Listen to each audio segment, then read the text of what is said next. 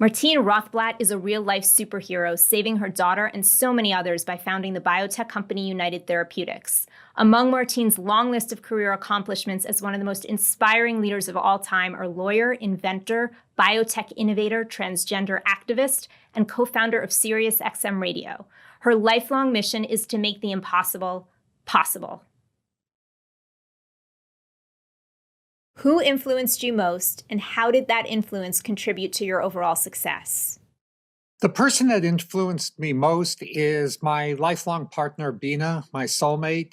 She has always encouraged me. We've been married for decades, and she has always encouraged me to take the risk whenever there was an opportunity to take a risk or back away from it. I might be hesitant. I might say we might lose everything. And she always says, risk and reward ride the same elevator. So take the risk. And I've been so happy every time she's urged me to do that. What advice would you give to high school and college students who want to pursue a career in healthcare? So my first advice to high school and college students that might want to pursue a career in healthcare is to double down on that motivation.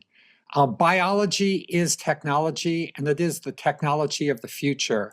What information technology was to the 20th century with computers and everything, biology is going to be to the 21st century.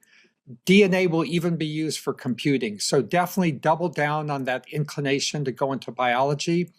My second advice would be to get as broad and wide-ranging in education as you can. It's amazing how, physical science, life science, social science, art, all integrate with each other and allow you to have a much sharper and more insightful take on new business opportunities, the more broadly your education is covered. I often say that the best technologies are half engineering and half art. There's something about art that gives you a sense of symmetry and how things most elegantly fit together. Albert Einstein said that the best technology is the one that's simplest and most elegant. And so my advice would be to merge engineering, art, social science, and physical science. What one idea in healthcare are you most excited about in the decade ahead? The one idea in healthcare that I'm most excited about for the 2020s is the idea of creating an unlimited supply of transplantable organs. Kidneys, hearts, lungs, livers, you name it. And I'm excited about it because we are right now at the point in time where it is totally possible, totally doable.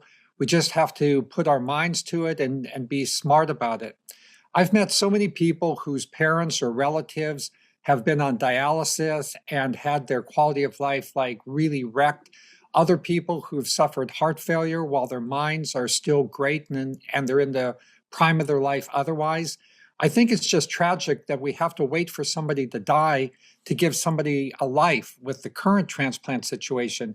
But I'm confident that in the next decade, we'll be able to manufacture an unlimited supply of transplantable organs. And that's what gets me super going every single day.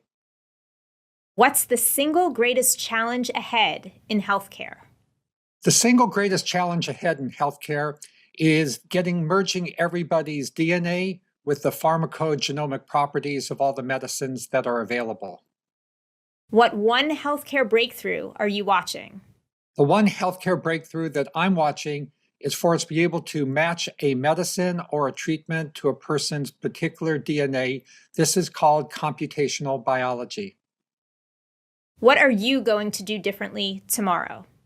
What I'm going to do differently tomorrow is I'm going to fly from Silver Spring, Maryland down to Research Triangle Park, North Carolina, and I'm going to meet with our teams in figuring out how we can expand our pharmaceutical treatments beyond pulmonary hypertension into a brand new illness called pulmonary fibrosis, which strikes many people in their 40s and 50s and will kill them if they don't get a lung transplant.